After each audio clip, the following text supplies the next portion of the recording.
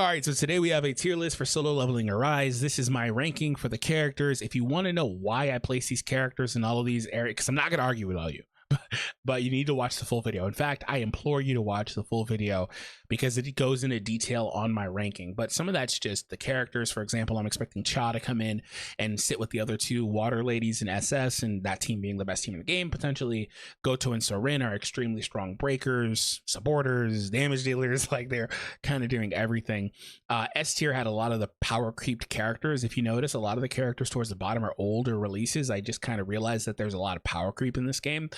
And the S tier characters are characters that are multifaceted, good on, and then their full teams are there too, for the most part, unless they're SS, right?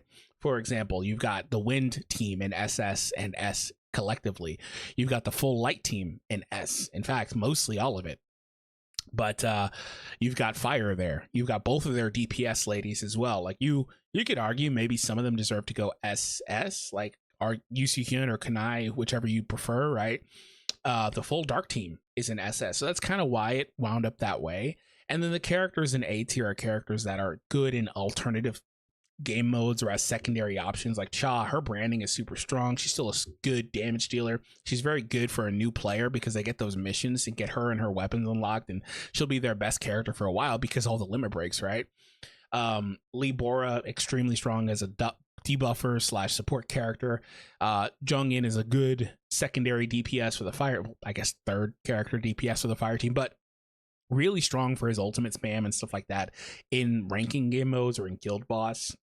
And that's mostly it. So aside from that, down below A tier were characters I didn't think that you need to really be using much at all. That doesn't mean that the characters in B tier specifically are bad, like the ladies up front, but that just means I don't think they're necessarily useful anymore as much because there are better options.